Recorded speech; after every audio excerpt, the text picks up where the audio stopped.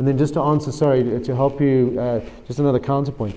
This is very interesting. I just want to throw in for William, and with a lot of his friends when he's at university, there's another very important parallel, which is today, of course, such a big aspect of his work, opera and theatre, but him and his friends had a private, like a theatre company. It was called the Junction Avenue Theatre Company, named after the road in which their commune where they lived together was in Parktown.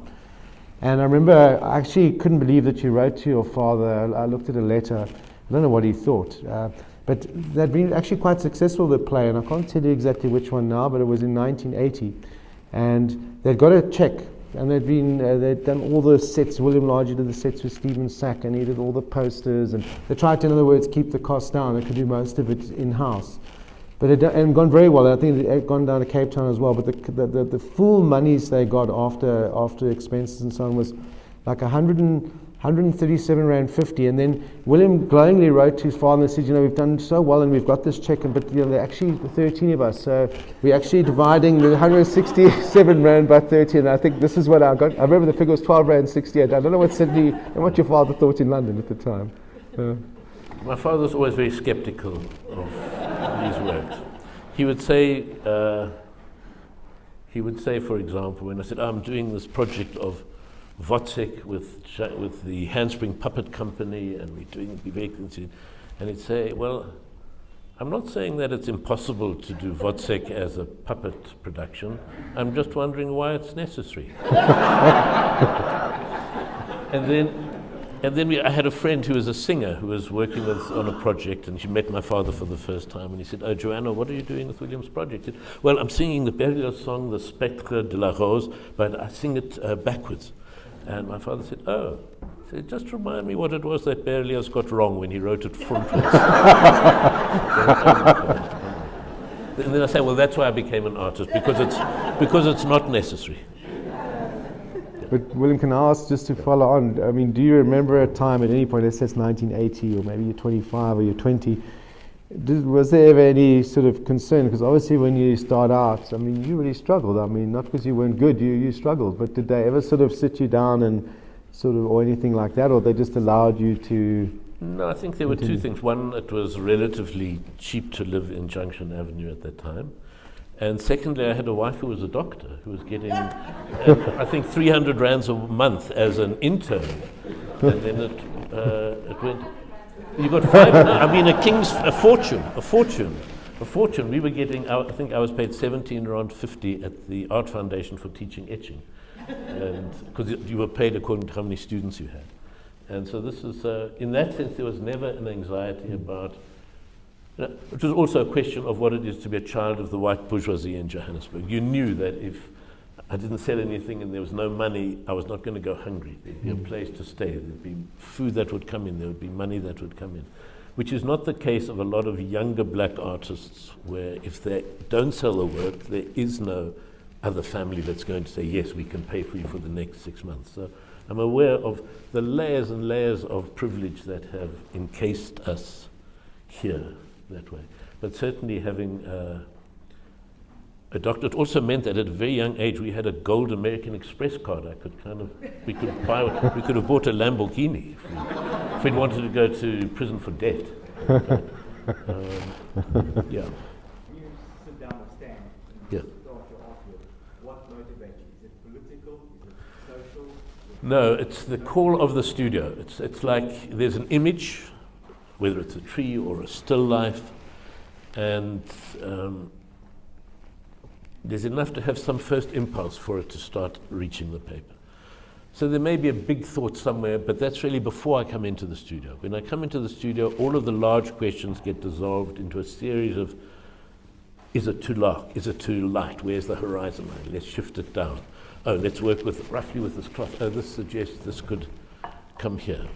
So there's there's a kind of a vague impulse behind it. So I knew at one film, okay, I'm going to draw the mine dumps dissolving. That's enough of a starting point. Or let me start spending 2 weeks drawing a wave coming in and out, and we'll see what the film becomes as it goes. Maybe I'm exaggerating it a bit, but it feels like that's kind of the way it works. the call is always from the mixture between a theme, some thematic call, and the material you're working in, and the thinking happens in the material. Just for a lot of, I can see obviously most of you have a very keen and in-depth knowledge with William's work, and obviously collect work where you can, but otherwise have good libraries. But just to tell you, an obvious thing in the art world, I mean, there's the maker, who's obviously the most essential, but then you also have the preserver, the collector. We have one of the most important, in my opinion, who's a good friend of both William and ours, but a preserver and a collector, Jack Ginsberg, in the audience today. He has a fabulous book art centre, which was launched about 2 years ago at Wits University. He's given all of his entire library. I mean, he has an extensive library of standard monographs, but now I'm talking artist books. He's been collecting, going to New York every single year. Even me, nothing, trudging back with it. I don't know how he's carried all these suitcases for all these years, bringing these books back.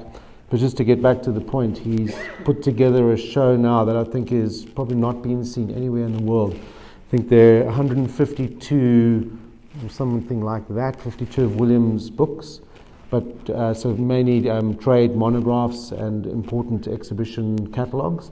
But the real coup to this exhibition are the artist books, because they're incredibly rare. I mean, Williams made them, like in a sense, the Soho films. They've been made slowly, particularly at the beginning. I mean, a key book, which is world famous as Portage, was made in 2000 by Mark Atwood as well, or he assisted with the printing. But Jack has probably, I don't think there is a library or an art collection in the world that has a full run of these artist books. And literally, I've gone to see the show before I went to Germany now. I mean, Jack can confirm he's here, but I think it's got a long run. Jack, I mean, when does it end? When does your well, end of this month?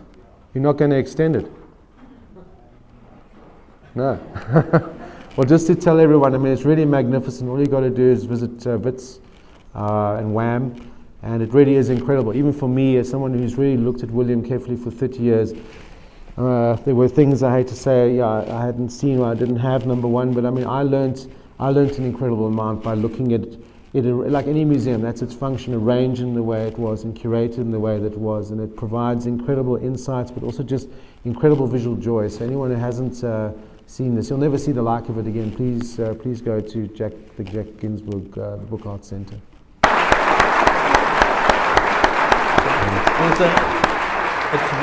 I'm very delighted to be invited to join it, and both of us know that in years past neither of us would have been allowed for in, and I'm very, very happy to join your club. Thank you.